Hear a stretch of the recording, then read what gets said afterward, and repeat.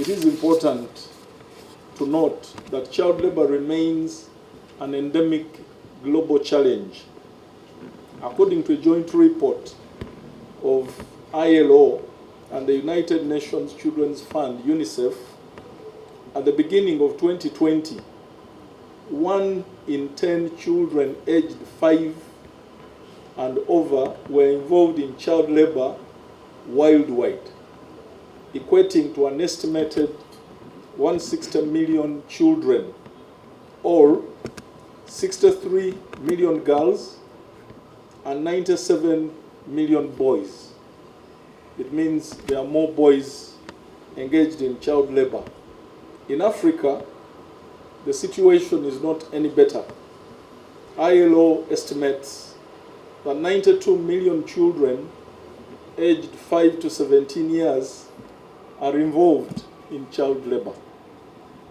According to the Uganda National Household Survey 2019-20 by Uganda Bureau of Statistics, 28%, representing 4,096,000 of the children in Uganda were involved in child labor. And we're going to see that this figure has increased over time. 22% of the children aged 5 to 17 years were engaged in child labor, excluding household chores, an increase from 14% registered before 20th March 2020. The survey reports further that 28% of the children 5 to 17 years were in child labor when household chores were included, with no difference in the proportions by sex, each at 28% each.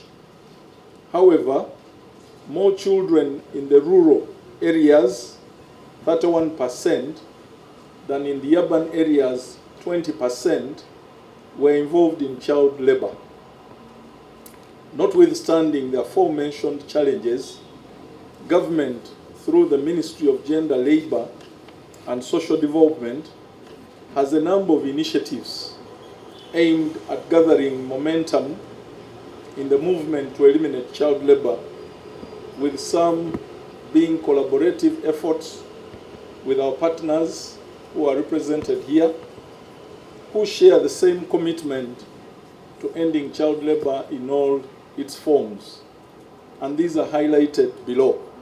1, nationally, Uganda has developed and implemented policies, legal frameworks, and strategies to support child labor elimination. These include the National Child Labor Policy of 2006, the National Action Plan on Elimination of Child Labor 2020-21 to 2024-25, and the Employment of Children Regulations of 2012. Government has also reviewed the Labor Inspection Checklist, which has components on identification of child labor in the workplace, and accordingly, labor inspectors have been trained on the use of this checklist on being able to identify child labor in workplaces.